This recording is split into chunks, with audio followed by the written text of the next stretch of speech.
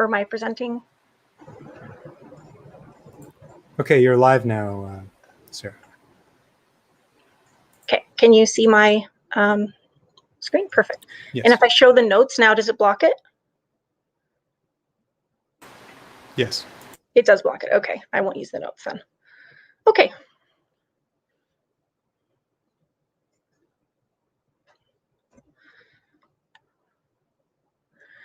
Okay, welcome everyone. Thank you for coming. My name is Sarah Marsh. I'm going to be the moderator for today's panel, which is entitled A Careful COVID Comeback, Learning from Experience at uWaterloo and Beyond to Ensure a Safe Return to Campus, a Safe and Responsible Return. So this is being hosted by Organize UW, and it's happening, it's going to be a webinar. It's great.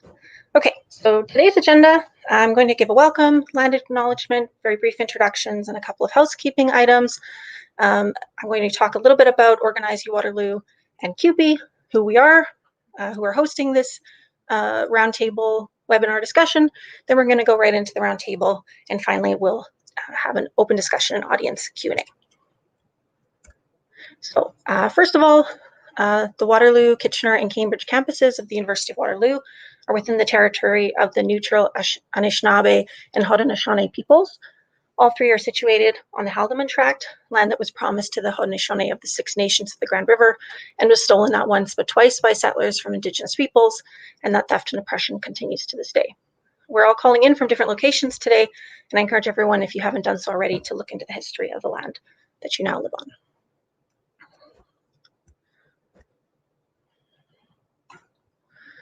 Okay, so I wanted to let the audience know that you can submit a question to our panel. You can either use the Google form, and the link is on your screen, or you can use the YouTube live chat. I would just like to point out, for privacy's sake, that if you use the YouTube live chat, your username will be visible to other viewers on the YouTube stream during the session and for some period afterward. So if you prefer to be completely anonymous, please use the Google form instead. In addition, the session will be recorded so that we can share it with people who were not in attendance today. Finally, there's an optional swag giveaway, especially for students, but anyone is able to enter. It's at the bottom of the Google form link there, and it's optional, and you win a nifty mug and mask that my friend BB here on the screen is modeling. Unfortunately, BB is not included, but the nice swag items are. Okay. So before we go on to the speakers, I just wanted to give a very brief introduction. So the Organize UW is a grassroots collective of graduate students and sessional instructors who are working to organize a union among our colleagues at the University of Waterloo. Waterloo is one of the last, if not the last, non-unionized campuses in Ontario and Canada, and is home to over 2,000 graduate and other precarious academic workers.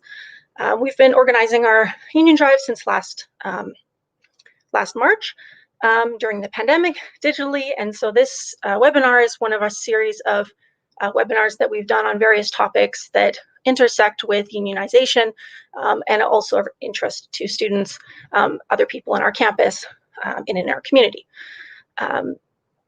So if you're interested in learning more about the Union Drive, you can go to organizeuw.org, which is our website. You can click the link in the top right to sign a union card if you're eligible. If you're not sure about eligibility, we have a full FAQ where you can learn about who can join our union effort. Our goal is to get 50% of all workers at Waterloo signed so that we can bargain with uWaterloo on an equal footing.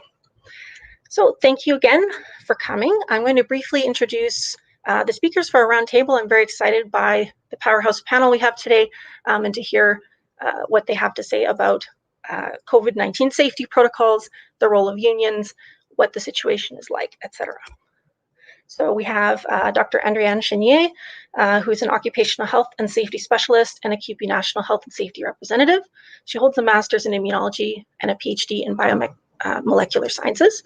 We also have Dr. Tay Irizabal, apologies if I pronounced this incorrectly, who has a bachelor's in biochemistry, master's in toxicology and molecular diagnostics, and a PhD in immunology.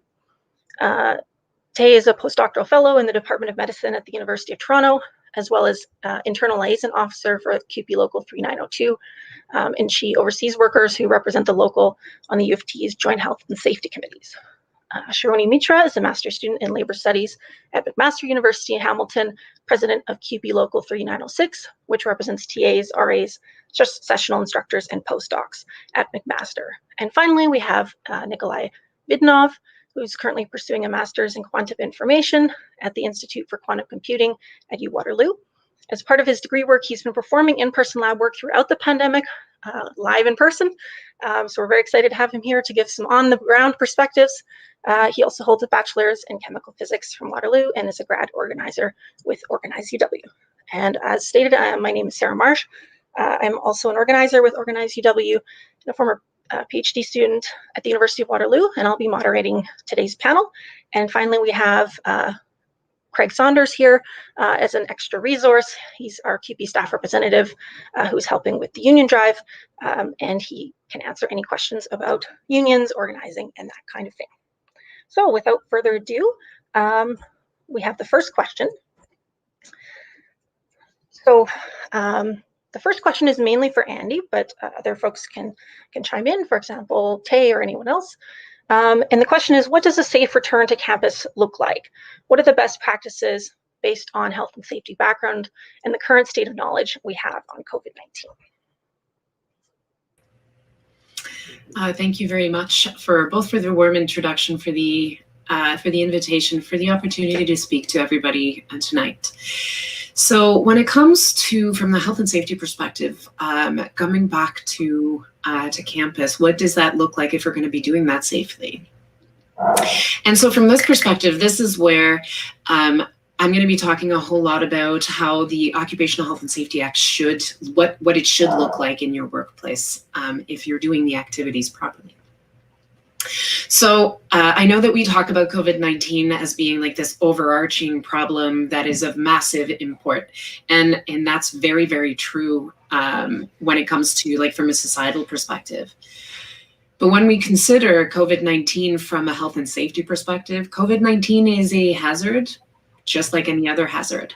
So we would be using it, using the information and using the health and safety system to be taking a really good look at what that hazard actually is and what it really means, and how then, once we understand what the nature of the hazard is, which means understanding how that hazard can come into contact with a worker, then we have a much better idea of what interventions or what control measures we need to be putting into place.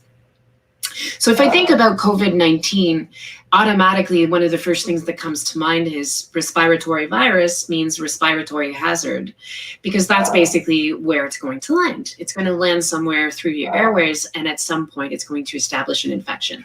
It's not true for all cases, but it is mostly true for most cases. So what we want to be doing then is taking a look at, okay, how is COVID-19 transmitted? And so as you go through the list, you have this conversation with the Joint Health and Safety Committee, and that conversation should include enough diversity of opinions and perspectives in order to really get a good idea of what's going on in the workplace, and how, if COVID were to show up at UW, where might that, A, where would it come in, and B, what are some of the measures that we need to have in place in the workplace now so that those that exposure doesn't happen. So then you get to the Joint Health and Safety Committee and you're having those conversations. That information or that conversations should be supplemented by information that the employer has. And so your employer has an obligation to take all reasonable precautions for the safety of a worker. So again, what does that mean? We're like, great, that's pretty generic. What it means, though, is that the employer has an obligation to educate themselves first in order to know what it is that, what the problem is. And so if we were to start doing education or educating ourselves on the hazards of COVID-19, one of the first things that may show up is, how is it transmitted? It's transmitted through, when workers do these weird things like talking and breathing, and we do these things like maybe breathe hard when we're doing activity, or maybe when we're shouting and things. So that is a mode of transmission, and it's an important mode of transmission that we need to keep in mind. And you keep that in mind when you're doing risk assessments. So you're like, great, I have a new hazard. I have a table at which I can speak to. And now you've told me that my employer has an obligation to educate themselves. But what if they don't? Well, when they don't, that's where the union actually can really, really help. So one of the main jobs that I've had throughout this whole pandemic is to take a look at exactly that. What are the risks of COVID-19 transmission, and what measures and what procedures do we really need to put into place to make sure that, like, all of the different workplaces could be, safe. And I'm very, very aware that when we talk about universities, what we're really talking about is mini cities.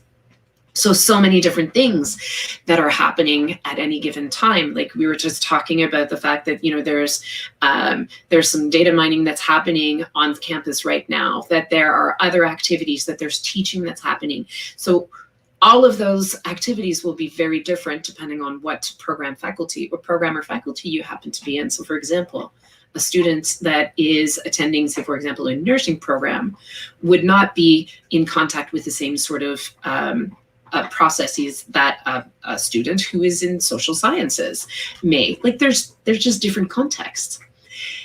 And that's important to know, because that's also the role of the Joint Health and Safety Committee. And that's why when we talk about having enough diversity at the table, what we're really talking about is having enough representation that's there, so that when we need to raise issues, when we need to talk about gaps, when we need to talk about how workers are kept safe, and when we need to talk about things like the hierarchy of control, we're talking about it from a position of knowledge. We're talking about it from a position of effectiveness and action. We're not talking about it, please tell us what we should do.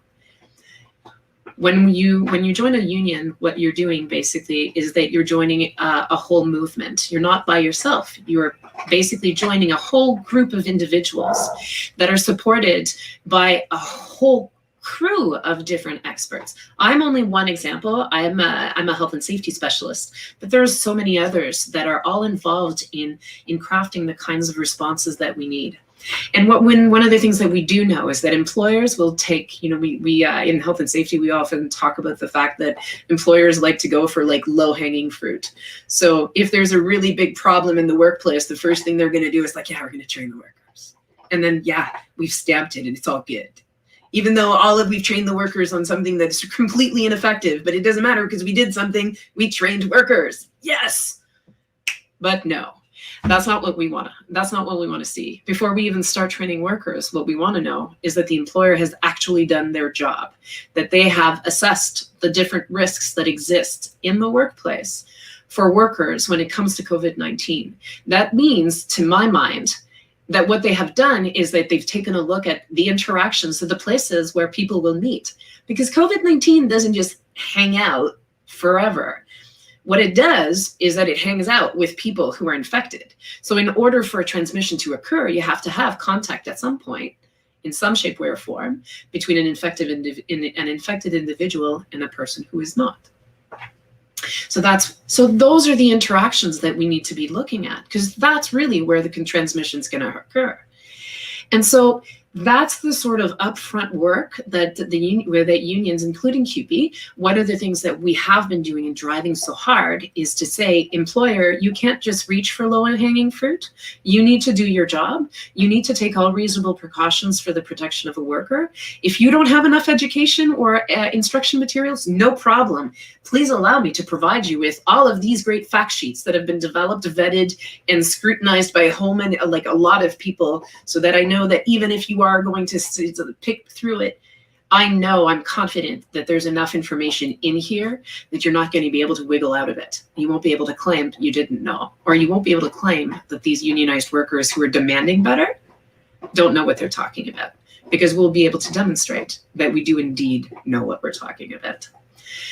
So those are just a few of the things and a few of the different ways that just being unionized with CUPE, how that would support the work that you want to be doing at UW. Sorry, long day. So so to support the work that you're doing at UW, to make sure that when reopening happens, that reopening is going to be safe, it's still work that needs to be done, because while I 100% agree, it's really nice out and there's a lot lower case counts right now, and it's like, yes, is the pandemic over? October really is going to be the time that we are going to know that. And so what we need is to have safe reopenings. And so I will stop my comments here, and I'll turn it back over to you, Sarah.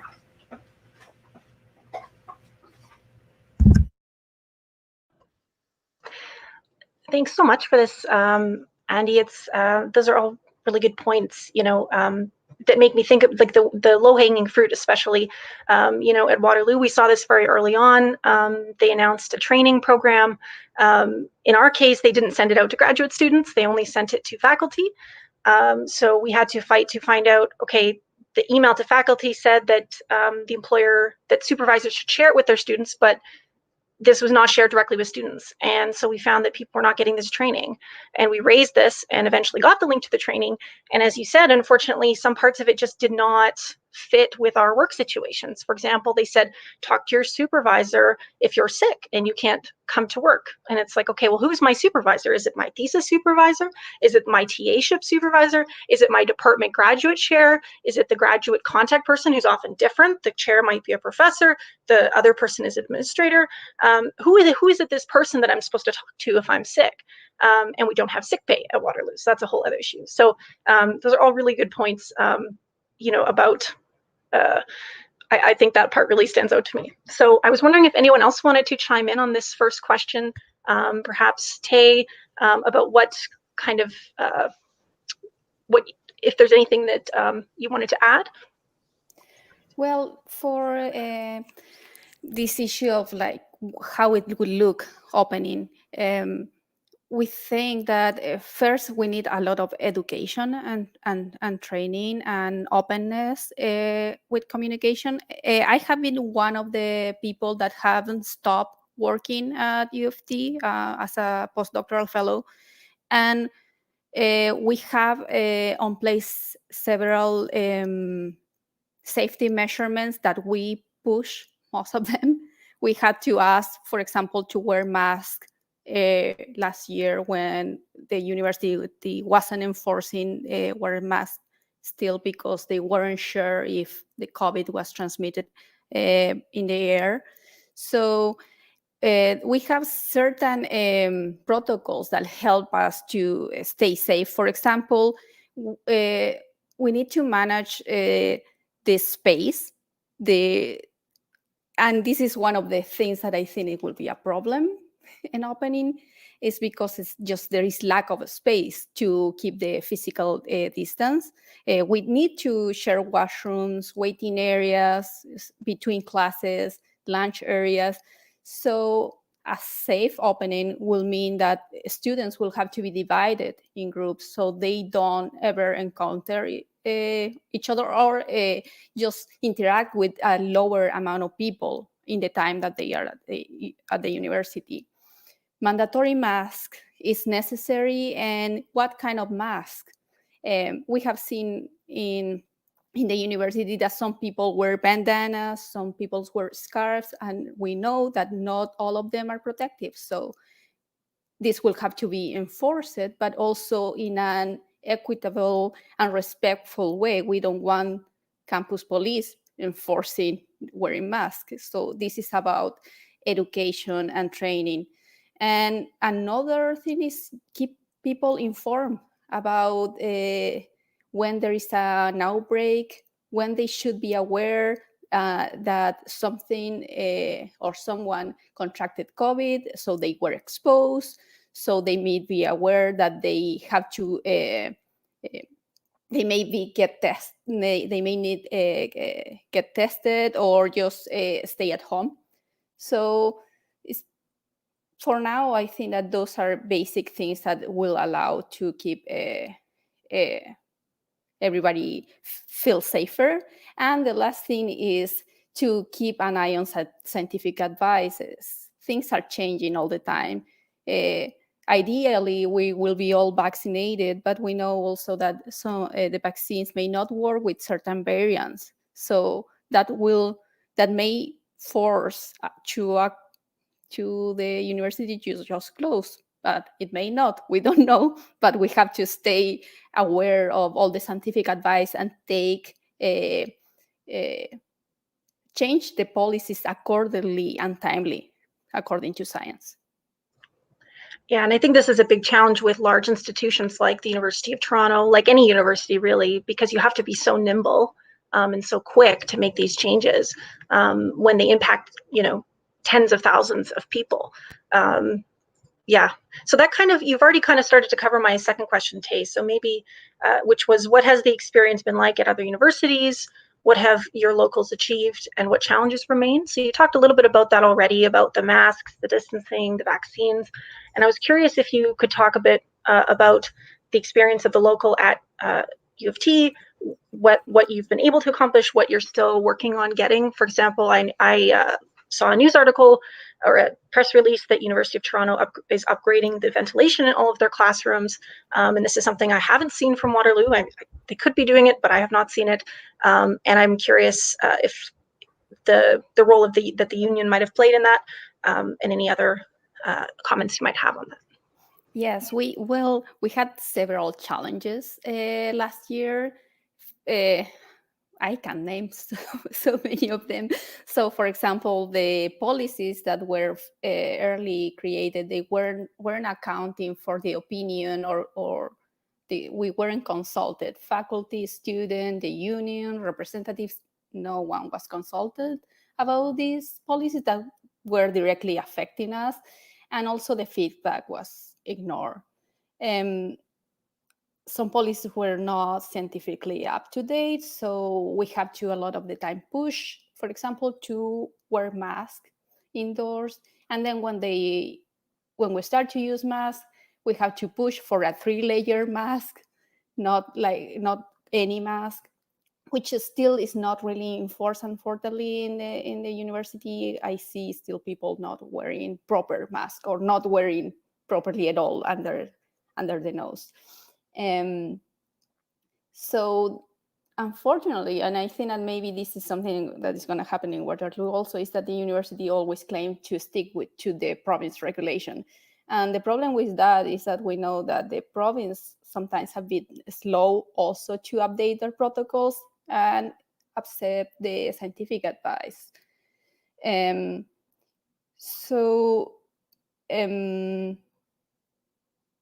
me think about.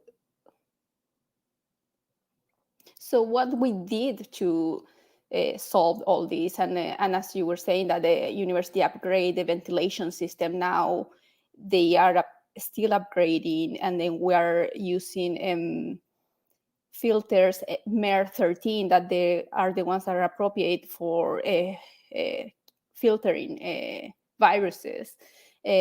So what we did is 6 unions of workers at U of T, including faculty, teaching assistants, researchers, librarians, service workers, and technical staff, created a big petition, first to move online and post reopening. This was in July. And this petition collected around 7,000 signatures, and it was successful. There was a big response. And then brought actually another problem, that faculty were allowed to work online, but still contract workers like teaching assistants were not. They will depend on the decision of their faculty. So we had to work together with the University of Toronto Association of Faculty to push for that every worker that doesn't need to be on the university can work from home. And after this petition, we got, as you were talking, the university decided to upgrade the filters to MER 13, and they clarified the mask wearing policy, and TAs were allowed to work from home. There was also a media campaign together with the other unions, that puts some pressure on U of T, and we believe that also helped. And finally, there was a town hall in August that it was called Not Safe Enough, and that was mainly focused for faculty.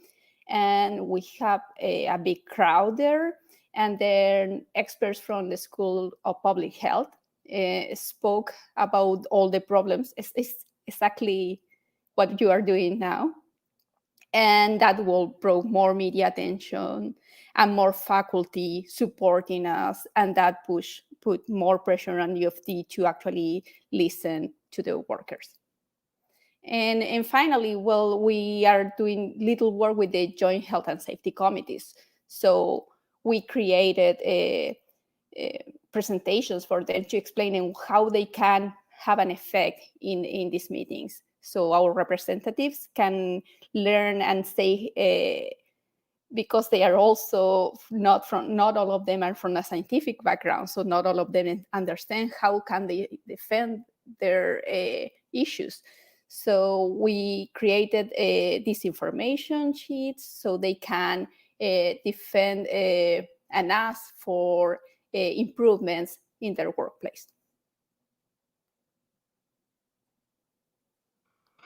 Thank you. That's it's really interesting to hear about all of this that's been going on. Again, I only speak from my own experience, but that kind of widespread collective discussion and discourse about safety is just not something I've seen at Waterloo. It seems to be that people have just kind of accepted the decisions of the university. There maybe, people had questions about them, but, the faculty were also cut out at Waterloo early on, as well as the graduate students. And that hasn't ever really changed. There's been some engagement with the Graduate Student Association and the Faculty Association, but nowhere near the level of involvement of what you've discussed. I wanted to, and I should say that also graduate students at Waterloo, we have one representative on the GAHSC from the Graduate Student Association, whereas, for example, CUPE has has 3 just from the maintenance workers, who are the only unionized group on campus except for one of the federated colleges. And so that shows you the disconnect between, not to say maintenance workers aren't important, but graduate students should have the same number of representatives as other workers. And, it's unclear what kind of training our representative has, how we get in touch with them, anything like that. Most students don't even know that this committee exists. And it just really shows, I think, the difference, and Andy talked about the workplace standards and how just because you mentioned that, well, they say, well, they're following the provincial standards, but these are often not up to snuff on the latest science, for example, with ventilation. But even then, the employer is supposed to have a higher duty to protect workers. And it's just something that often, like we talked about the low-hanging fruit, it can be hard to, if they don't have the expertise and there's not the structures there to support that process, unfortunately, things may not end up being optimal. So I'd like to go to Sharoni next to ask the same question about your experience at McMaster. If you could comment on the same aspects or anything, or build on the prior discussion, whatever fits for you. Thank you. Yeah, thank you so much, Sarah. And to start off, I'll just say I really appreciate Tay's point on, the importance of thinking about how we enforce mask and distancing standards and needs, but also the double-edgedness of that if that feeds into campus securitization. Speaking from McMaster, our head of security is a former police chief who's widely known to have supported carding, right? So the way that COVID kind of intersects with equity issues is on our mind as well. Yeah, how have things gone? Well, pretty rough time with my employer, McMaster. What we're seeing, and I think this is a trend across the sector, is employers and management making decisions with what I call a sort of shadow committee system. So they bypass the JHSC, they come up with policies, and they give us very little room to meaningfully consult or influence their decision making. This has been a theme throughout the year. It's more worrisome knowing that they're going to push to open in the fall. So one of the biggest problems with that has been slowness of information or lack of transparency surrounding information. So, we're heading towards mid-June. I still haven't, or our membership still hasn't received adequate nor specific information on what workplaces will look like depending on like departmental needs or the specific needs of workers, given that I think, as Andy had mentioned, there's such a diverse array of work environments on a campus, right? So they're describing things at a very high level. I think that makes it easier for them to argue or portray that campus reopening will go well because you're not talking about the nitty gritty. They recently published sort of this video advertisement, which is kind of dystopic to watch. And they're like, welcome back, McMaster 2021 fall, people smiling and all that. So just trying to constantly tell us, not to worry and to trust their administrative knowledge on health and safety. So with that challenge said, one of the things we've been working on, which has been a generally difficult thing to do through the pandemic, is how do we engage our membership and how do we engage workers on campus more widely. I'll admit, in terms of a campus coalition, we were in a weak place even before the pandemic. There are other unions at MAC, and there's a lot of work to be done on having us build a relationship and to work in solidarity with one another, especially between academic workers and service workers. But I am happy to say that more recently, we have started talking to what I call like the all unions sort of reps across campus, and we're working on publishing a letter of demands that's signed by all those unions, just to show MAC that, hey, even in virtual times, we're actually making connections and like workers are up to no good a lot more than they would like us to be, right? And of course, this helps some of our bargaining priorities as well, because I think in a virtual environment, employers take advantage of the fact that we're all isolated in one way or another. So the all unions relationship has been a big win. Also recently seeing some really great departmental rank and file engagement from my membership, which I'm so proud of, and to see that means a lot. And we're trying to demonstrate kind of a parallel thing of, maybe having all the students in the English department write out their health and safety demands and show that to their administrators and to go department by department. And then lastly, we were thankfully able to get more health and safety reps. The way McMaster is structured is there's building-based committees, and then those tables meet centrally once a month. And I think with the pandemic, more and more people are interested in health and safety. So it seems like folks are actually down to run for those positions, which was a boon for us. But all this to say is, it feels awful. It feels like someone was kind of describing, like, you always have to push for your rights and you cannot trust your employer to make the right decision.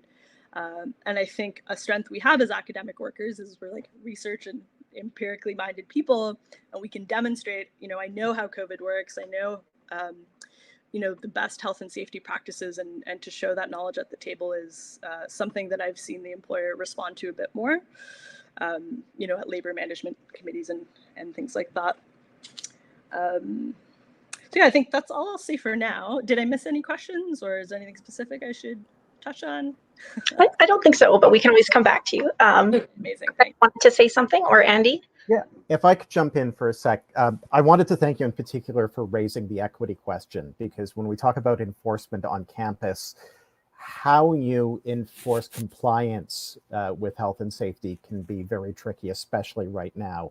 And I think there's a lot more we need to discuss about that. And when it's done wrong and you're alone, that's horrible. One of the things that a lot of us on this call have, those of us who aren't at Waterloo, is we do have a union. We have a rep. We have people we can go to who will understand some of this, and we can work through it together. But the thing I wanted to raise was that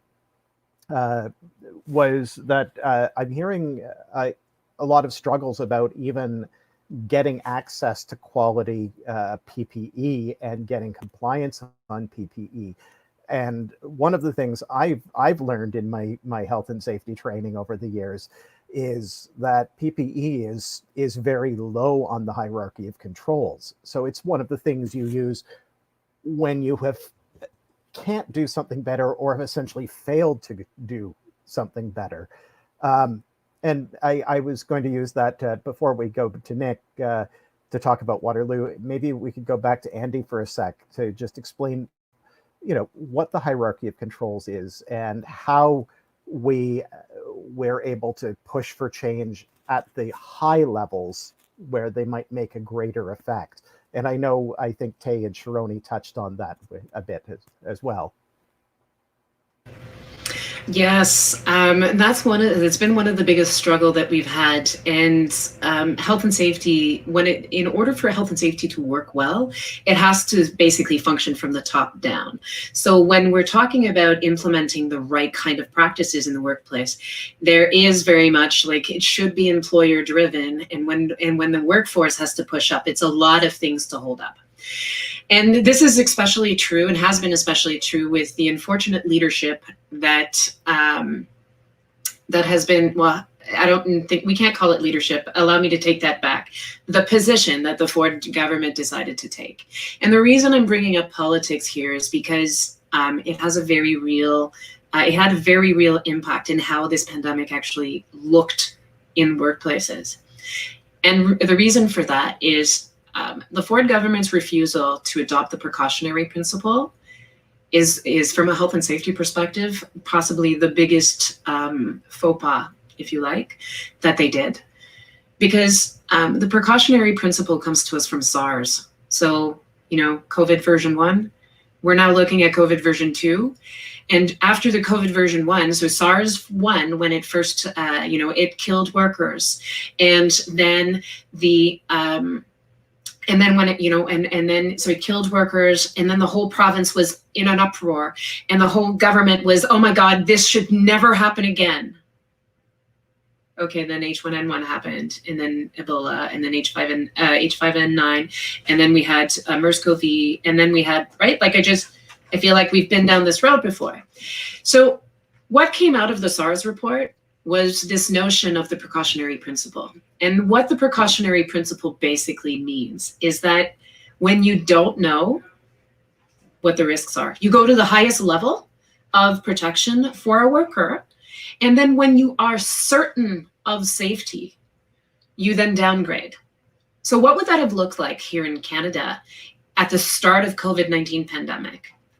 Had we actually prepared for the certainty of a respiratory virus pandemic, because it is a certainty that it will reoccur, had we been preparing for that, then what it would have looked like is Ontario, or Toronto very specifically, or most of the cities where there's an international airport, would have had an emergency preparedness plan.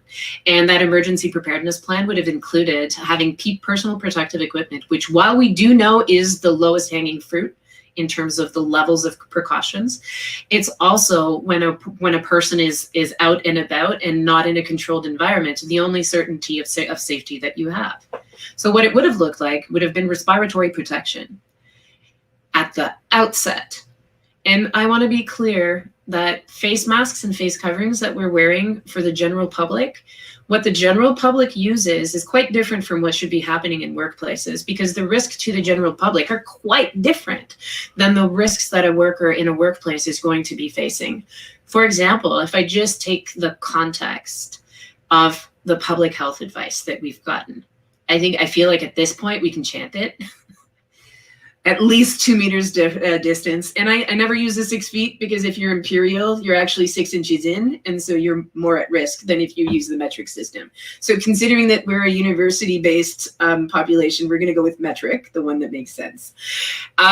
So 2 meter distance. You are to protect your airways. So as a member of the general public with a low risk of contracting it, if I do those, stay home, wash my hands, reduce the number of contacts, and only go out when I need to. And when I do go out, I need to make sure that I'm keeping a 2 meter distance from everyone, and that I'm protecting my airways and also protecting everybody else by basically wearing a face covering. And a face covering, I would like to point out, is not respiratory protection. It's the equivalent of being super nice by wearing a Kleenex on your face. That, it doesn't mean that you don't need to do this to cover your cough. That's essentially what we're doing with just a regular face covering. But that's for the general public. The general public is not seeing many people. The general public is staying very far away. They have reduced number of contacts. They don't have to go to places where they don't want to go. And if they feel unsafe, they stay home. Workers, yeah, they don't have that luxury really. And so what should happen is that a worker who's now in using the precautionary principle, I would have to say that now if a worker is not going to be able to stay 2 meters apart, is not going to be able to stay home, is not going to be able to reduce the number of contacts. And this is the most important one, I think, in the context of a university setting. The number of people who are coming in and out of your university at any given time, for whom you have zero understanding or zero faith in their COVID status, because you don't know what their practices are, you don't know who they are, and you have no way to ask, and nor would we want to. I go back to the equity and the enforcement piece. Like, to my mind, the obligation of the employer is to protect the workers. The students, yes, we want to do that as well, but you start with, the workers, because your workers are how your university actually does their job. So that's really what should have been happening. Any time where you have a deviation from the public health advice, there should have been oh wait, we need to look at this more, and do we need some more measures? So do we need to ensure that we have more space? Do we need to ensure that, maybe the decision is that in this case we're simply going to eliminate the risk completely? And that goes into using that hierarchy of control. So the hierarchy of control is like, it's very generic. It basically has four different levels, and what we're saying is you're going to start off with, there's a risk, there's a hazard, can you get rid of it? First off. You can't? Okay. Well, if you can't get rid of it because of whatever, sometimes that's just the nature of the work. And I did a lot of lab-based work. So, we work with hazardous chemicals, and sometimes you just can't get around the fact that, that gel, that acrylamide gel that you're going to be around is a neurotoxin. Can't get around that.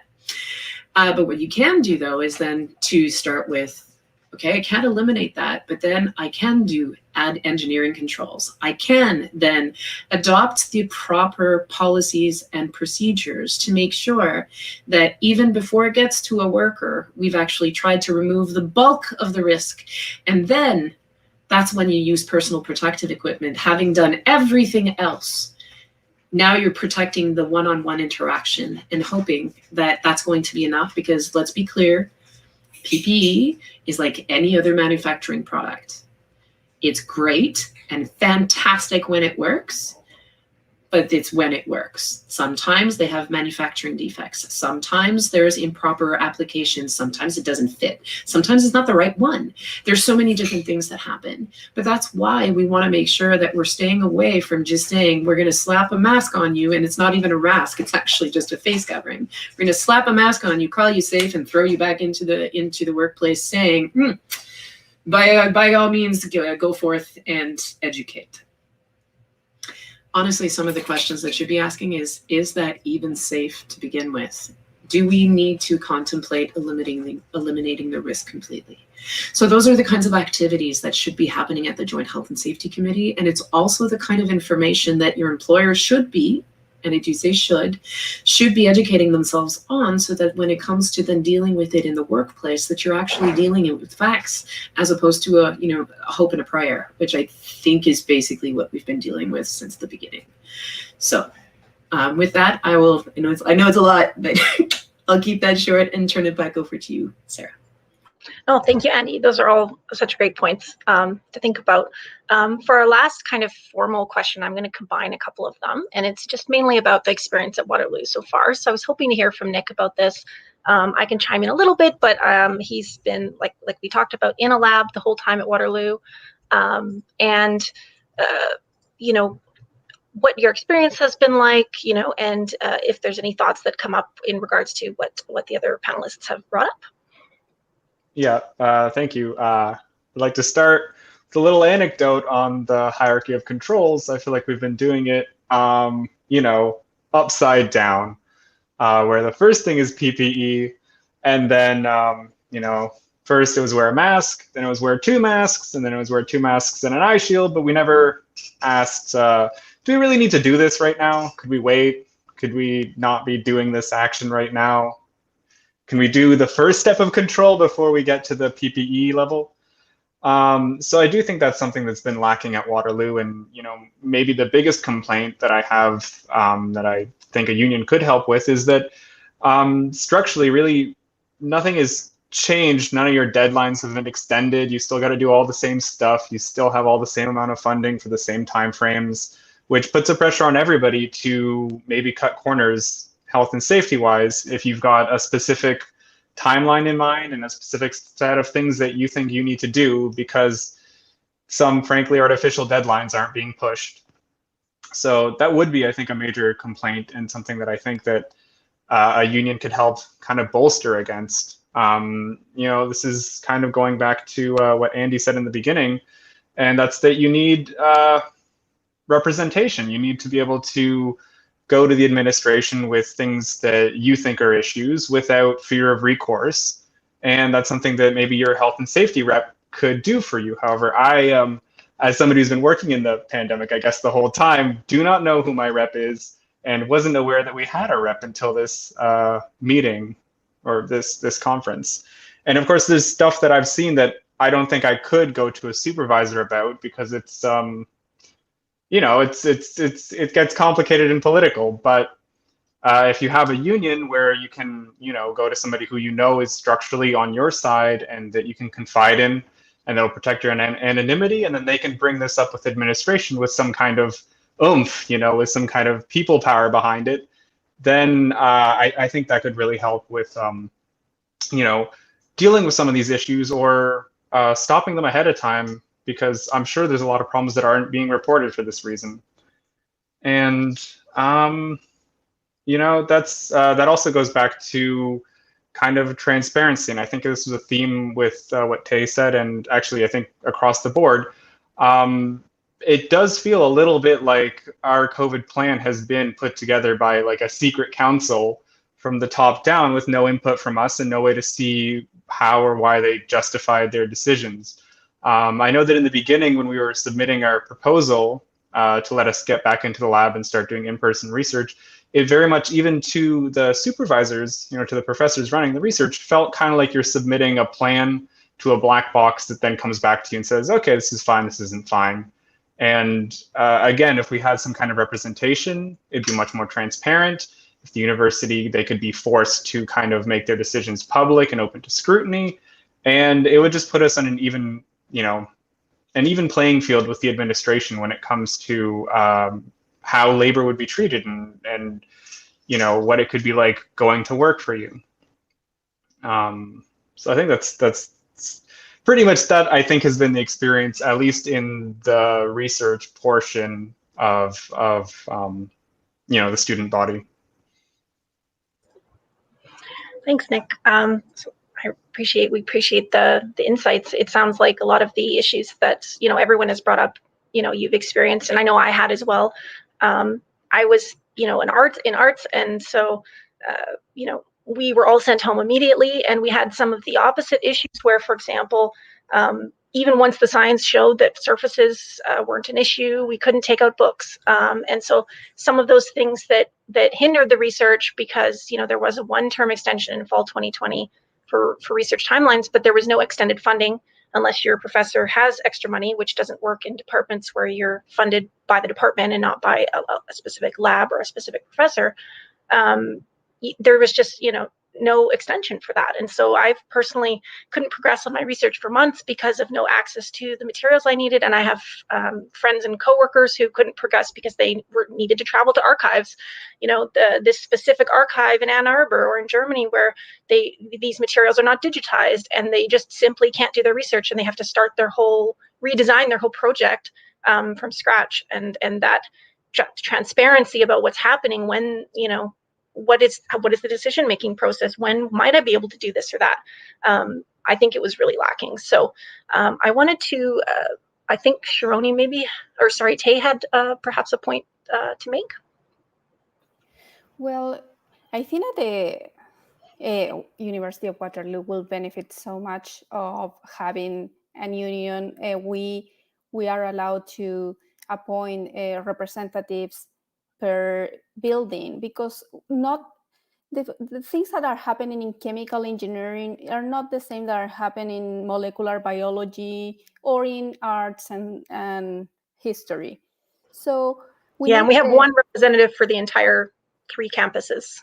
Yeah, so you need to have representatives that know your workplace, that know your specific problems, and that they can go on inspections, and then they can recommend a specific, solutions for the specific problems that you have in your buildings. For example,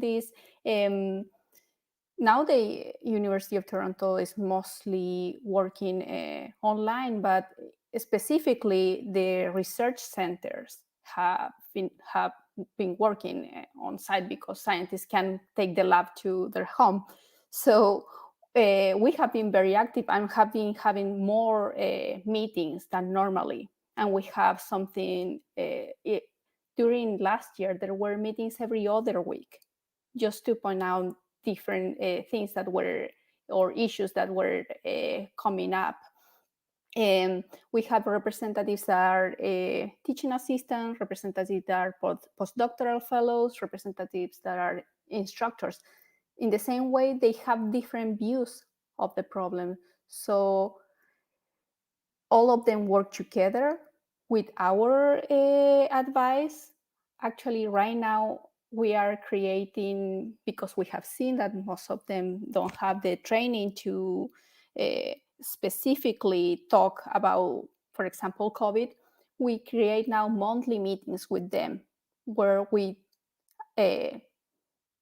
give them a train to be more effective during the joint and health safety committees, so they can they know how to handle the conversation, because unfortunately sometimes these meetings are taken by the other part of the committee that is more managerial. So we have to organize ourselves to do this, and it had, as you saw, when we organized it and we got 7,000 people signing a petition, we got all the things that we wanted. That was basically to not go work until we had we feel safe to do so. And well, I feel that you should be doing the same. Nothing is stopping you. We agree. Okay, thank you. Yeah, so for the last few minutes, I've been checking and we haven't had any audience questions. So I think we're still okay. We have about 5 minutes left. So if anyone had any last questions for audience, please get them in now and I'll keep refreshing the page. But in the meantime, Tay, you already kind of touched on the question, my final question, which was about what difference does having a unionized campus really make? I was hoping to hear from, I guess, any of the panelists in an open discussion about, this question about how, the discussions that we're missing out on. Like, I was struck by what Tay said, that the meetings increased. And I think that behind the scenes at Waterloo, likely this is true, but the consultation type meetings did not increase. They decreased at Waterloo. We heard everything kind of locked down to control information. And so we had kind of the opposite experience from what I saw as a student. So I'm curious, for any of the panelists, any final thoughts about this question of unionized versus non-unionized workplaces, and what we should be demanding of Waterloo to be safe in the fall. From what I've seen of the plan to return, it seems to be more of the same, distancing, face coverings, potentially a reduced size of courses, but there's no information that I've seen about whether people will be forced to teach on campus, how they'll decide which graduate students or which TAs or which professors even will return to campus. It's very much been that black box. So yeah, I'd love to hear any final thoughts that people might have.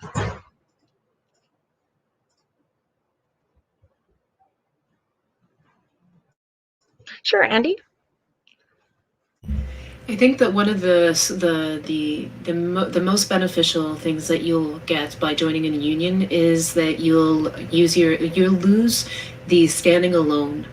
And so when you're trying to deal with these really difficult issues, and when you're trying to move the safety bar higher instead of, the employers now standing on it trying to make it go down because, dollars and cents. And really what you're getting when you're joining a union is that you're gaining, comrades, you're gaining sisters, you're gaining brothers there, you're gaining, allies in the fight, so that when you are making those demands of employers, which can be really scary, like it can be scary and intimidating, that's for sure. But when you're doing it, when you're doing it in a unionized workplace, what you're doing it is you're doing it with the people power. You're doing it with a whole bunch of people who are, they have your back, and they're willing to step up and help you do things like doing a right to refuse unsafe work. I mean, that is like possibly the scariest thing that a worker can do, because at that point, your employer has told you, do that. And you're like, I can't do that, because if I do that, I'm really afraid that I'm going to get hurt, that I'm possibly going to die, or that somebody else might be in that position. That's a scary place to be. And so one of the things that unionization does for you is that it allows you to do that, if you need to use that tool. We have tools to make that really easy for you, so that, even when you're like freaking out and thinking, oh my God, what's the next step? So that I do it legally, so that I'm not going to get myself disciplined. We have these nifty little business-sized cards that says, okay, step 1, you do this. Step 2, you do this. Step 3, you do this. Step 4, you're golden. So those are the kinds of things that that unionization will be able to help you do. And I'm not going to lie, doing a right to refuse in the COVID-19 pandemic has been particularly challenging, but that I lay firmly at the Ford government's door, because it's their lack of leadership, their lack of willingness to implement sense and facts and science into this business of fighting the COVID-19 pandemic that has been a problem. So if, in case it wasn't clear, we can do better than this. Next elections, please vote. So that's really what I want to get to, is that when you join a union, you're joining people power. Thanks so much, Andy. Does anyone else just feel free to unmute yourself and chime in? Just one thing, and I'm happy for others to join in. If you have not already done so, please go and visit organizeuw.org. There you can get a lot more information about the drive. We will be sharing more materials on health and safety as the summer goes along, and as we get towards return to school.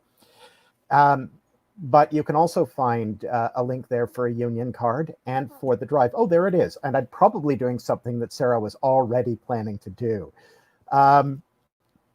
So if you follow that link there, organizeuw.org, you can find a union card. You can sign online. The union card is confidential. Your employer will never know how you signed. And we need to have 40% of the grad students sign them before we can move to a vote. And that's the first step in getting these protections for you, as well as the legal backing from the union if you ever do have to challenge your employer on something. It's very expensive to do that on your own. And if you're not ready to sign a card, you can also get in touch with us all there.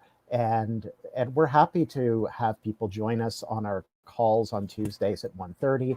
We're happy to have people contact us. And, like Andy, Andy is a very experienced health and safety rep, but all of us CUPE reps have some training in health and safety, and we are happy to try to help answer questions as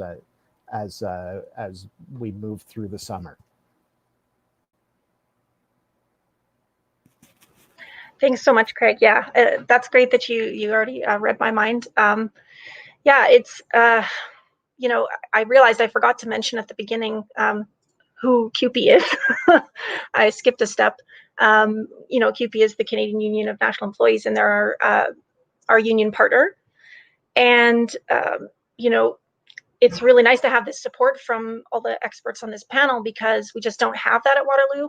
And so that's what we're trying to change. You know, we've been advocating on health and safety from the start of the pandemic. We've done surveys about communications and found that a majority of students don't feel safe, or didn't feel safe in the fall, who were on campus, as well as mental health issues that have happened from the ongoing just uncertainty of everything. So we really hope that people will get in touch with us. You know, if you have a health and safety issue that you feel should be addressed, you know, we don't have a union yet at Waterloo. We need to get we're working towards that. But in the meantime, we still have some ability to advocate on behalf of students right now.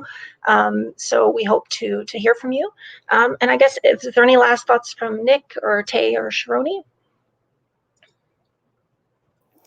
I can. Well, I'm surprised that you were saying that you had less meetings now about health and safety than before. And I'm not that surprised, because that's because we have a union.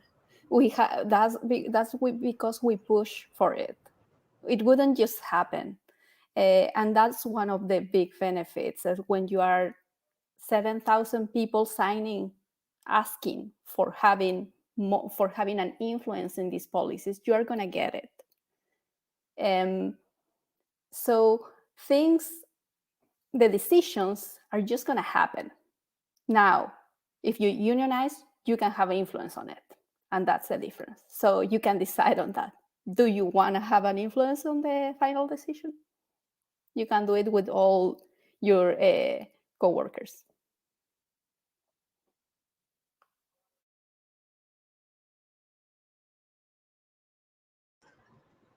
Okay, thank you so much, everyone, for coming. I think we can end it here.